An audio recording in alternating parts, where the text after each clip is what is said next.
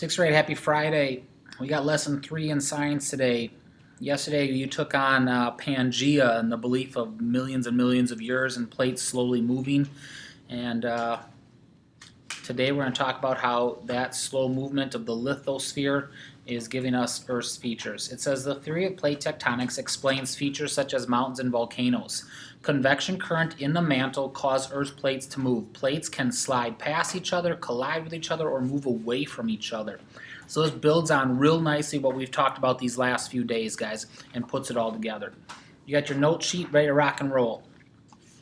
It says Wegener's idea of continental drift suggested that continents moved, but it did not explain many other parts of Earth's crust. Today, scientists use the theory of plate tectonics to explain why Earth's features appear as they do. Number 1 in your notes. According to the theory of plate tectonics, Earth's lithosphere is broken into about 20 moving plates. Number 2 in your notes. The continents and the ocean floor make up the surface of these plates. Continue on to the next page here. Earth's plates move in a continuous process in different directions. Sometimes you're moving away from each other, sometimes alongside each other, and sometimes toward each other. Number 3 in your notes. How do scientists know the plates move? Scientists can figure out how the plates move by receiving radio signals from GPS satellites in space to determine the precise distance between points on different plates and how the distances change over time. So that was number 4 in your notes, guys. So we're literally using the satellite systems, and we put markers on these continents, and then you measure those things, and you can see what's happening. Okay, talked about this yesterday, but here it is. For example, they know that from data that they've collected that the North American plate and the Eurasian plates are moving at about 2 centimeters a year from each other. So that's number 5 in your notes. Make sure you not only write the number 2, but you label it with centimeters. So guys, that's less than an inch. It's very small, but we've looked at data over a long period of time. We said it's averaging about 2 centimeters a year. The theory of plate tectonics explains many of Earth's features. Continents may break apart. Mountain chains may form where plates move together. As plates move apart, magma may rise to the surface to form a volcano. So you have 6 and 7 in your notes. Mountains form where plates move together, and then where they move apart, they might form a volcano. Oceans may also become larger or smaller. Throughout Earth's history, the position of the land and the oceans have changed from the ancient Pangea to the modern-day continents. Earth plates will continue to move in the future. The map shows where scientists predict the continents will be in 50 million years from now. You might wonder how scientists can make this prediction. It's because evidence shows that plates movement has always taken place at about the same rate. Now guys, remember, we've been doing this for about 100 years. Think how long it's been. We've only had satellites up in space for 50 to 60 years, and yet they think that's evidence that they're always moving at the same rate, and they're talking about millions of years. So guys, be critical of that stuff as you hear that things and say might not be proven true, right? Scientists predict that the plates will continue to move. They think it's possible that in the far distant future the continents should come together again to create another Pangea-like continent. So as I'm looking at this, guys, we know the Atlantic Ocean is spreading apart, and so we believe that the Atlantic Ocean will widen, and if we believe that, then the Pacific Ocean over here needs to get smaller. So they think America will keep pushing apart. The little isthmus of land between South and North America will break apart. They also believe by Egypt, where Africa is connected into Asia, will break apart. So there's a lot of predictions. Over here in my notes, we think the Atlantic Ocean will get bigger and the Pacific Ocean will get smaller. They also believe that they'll continue to move so much so that the Atlantic Ocean will become so big that the Pacific Ocean will become nothing, and all the continents will smash back into each other one time to form another Pangea. So if Africa slides up into Asia here, and you can see Australia moving, and what would happen is North America and South America would actually wrap around and come in on this side and smash over there, is what they believe, guys. And with enough time, could that happen? You bet.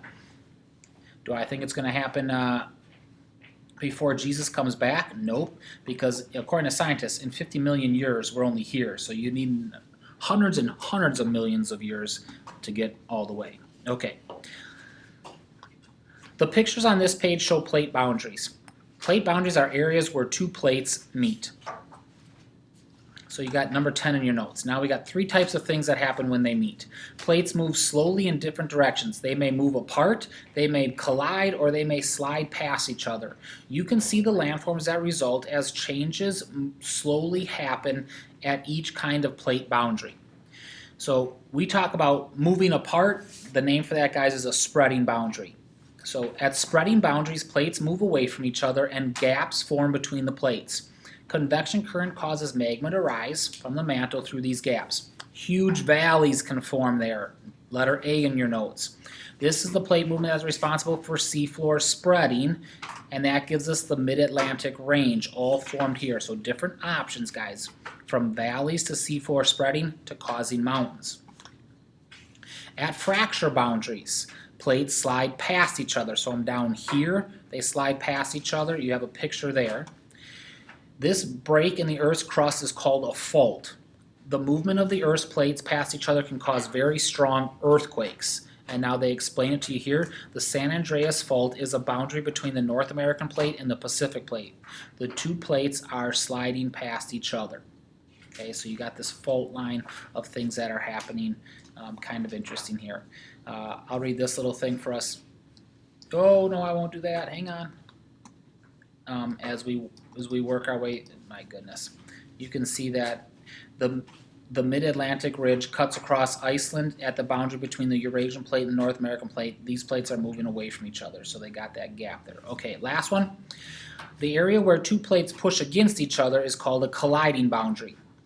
When plates collide, one plate might slide beneath the other. When plates carrying continents into each other, towering mountains can form. Other time, deep ocean trenches can form.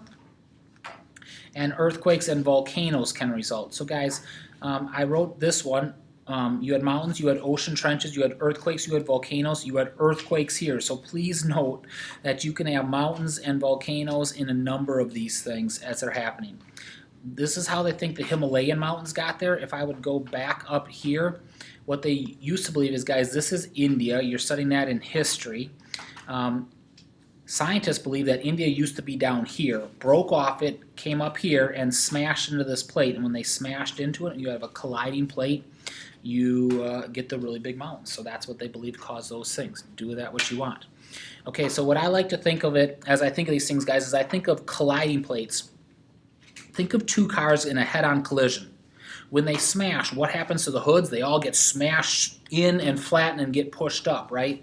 Sometimes I do this with two pieces of paper. If you take two pieces of paper and push them at each other and then push them both up, that would be a mountain forming at a colliding plate.